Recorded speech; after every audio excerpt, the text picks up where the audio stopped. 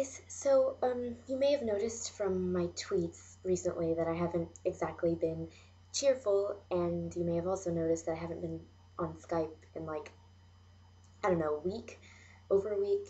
The last time I was on Skype was when your pants was being made, like before it was released to the public and everything. Just when it was made that day. That was the last time I was on Skype, I think. And So the reason for that, the reason I haven't been communicative or very happy is because I've been having a depressive episode, as they're called. Um, that happens sometimes, not as frequently as it used to. This one is the first one in quite a while, but I don't really want to talk about like the details of that because I'm feeling better now, and I just want to move forward, leave it in the past and whatnot. But something that I do, writing is just one of the only things that helps me when I'm down. So when I'm down, a lot of the time I write a blog and stuff, but then I don't finish it because I'm too depressed to focus or whatever. So I just save it as a draft, and then a day or more later I'll go back and look at it, and then I won't post it anymore because I'll be like, oh, well, I don't feel like this anymore. And so I did that yesterday, or the day before, something like that. And I don't know, I just kind of wanted to read some of it to you. I don't know why, just cause. Uh, Basically, I was writing about stuff, and then I just went on this really long tangent and just wrote this incredibly extended metaphor. I don't even know if it makes sense. I haven't read over it since writing it, so surprises for everyone. You don't have to like watch this. I'm sure it'll have the exact same effect if you just listen to it. I mean, if you want to watch or listen at all, but you could minimize me. It's totally cool. So here we go. Sometimes I feel so sick inside that I just want to go throw up. A lot. Not because I think I'm fat, but because I want to cleanse my body out of myself. I just want to vomit who I am out of me so that I'm not constrained by all of this awfulness. Are things really that bad? Rationally, no, everything is perfectly fine. I'm experiencing some minor dramas, but nothing particularly important in the grand scheme of things, and nothing that I cannot conquer. But emotionally, everything is falling apart. It's like when you go to the park and you see paint peeling off of a picnic table. Your immediate instinct is to peel off more of the paint because it's so tempting and fun. But as fun and soothing and easy as it may be, it's wrong. It doesn't help anything, it just makes things worse. But the problem is that there's no positive alternative. You either peel the paint off or you leave it alone, squirming uncomfortably and not fixing anything at all. Because unless you walk around with a can of paint all of the time, you can't fix the peeling paint when you see it. Furthermore, what sort of impetus do you really have to fix the paint on a picnic table or bench in the park? You have more important things to devote your time and your paint to. And so, like the ignored peeling paint on picnic tables and park benches, the beauty of your life fades away as you struggle just to hold together the foundations. Rather than beautifying a place of relaxation in the serene and gorgeous outdoors, you apply layer after layer of primer on the walls of your bedroom. Because what is the point of beautifying the park bench if you can no longer ever go to the park? You are closed within four walls now, and if the paint peels off of these walls that now contain your entire life, then you too will peel and crumble and fall. So you take your cheap, simple base coat, and you paint until you can paint no more, and then you fall into bed exhausted.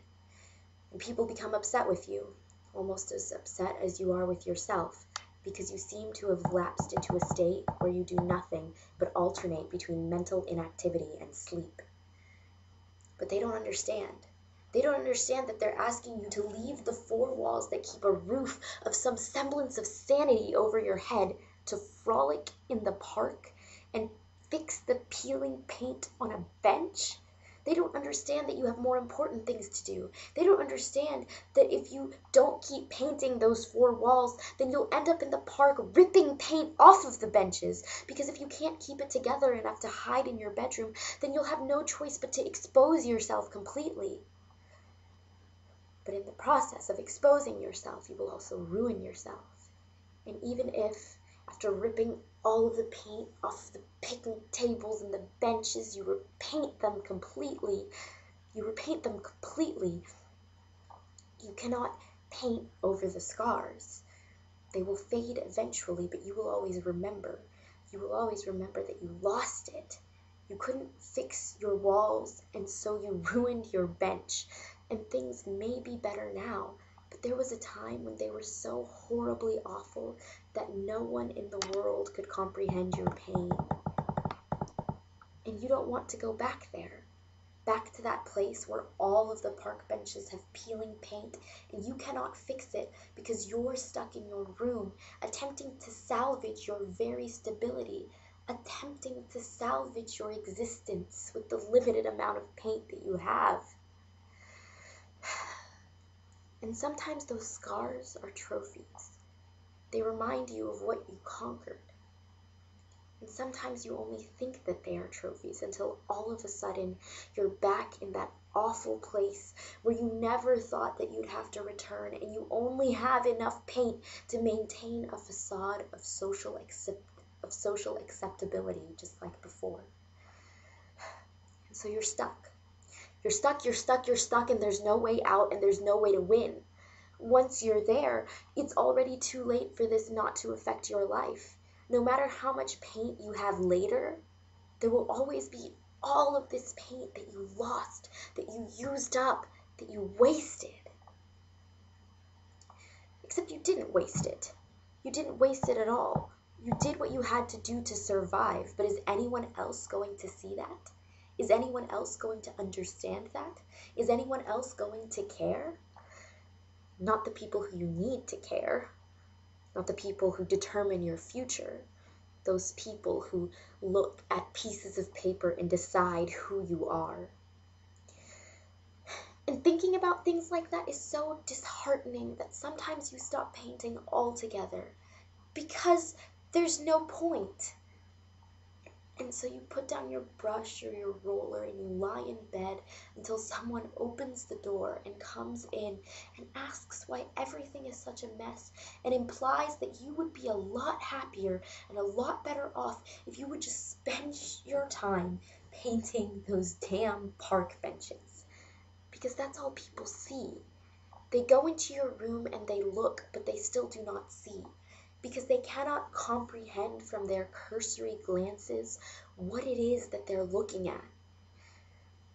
All they can see are those park benches that are peeling away, and so they look at the effect and mistake it for the cause.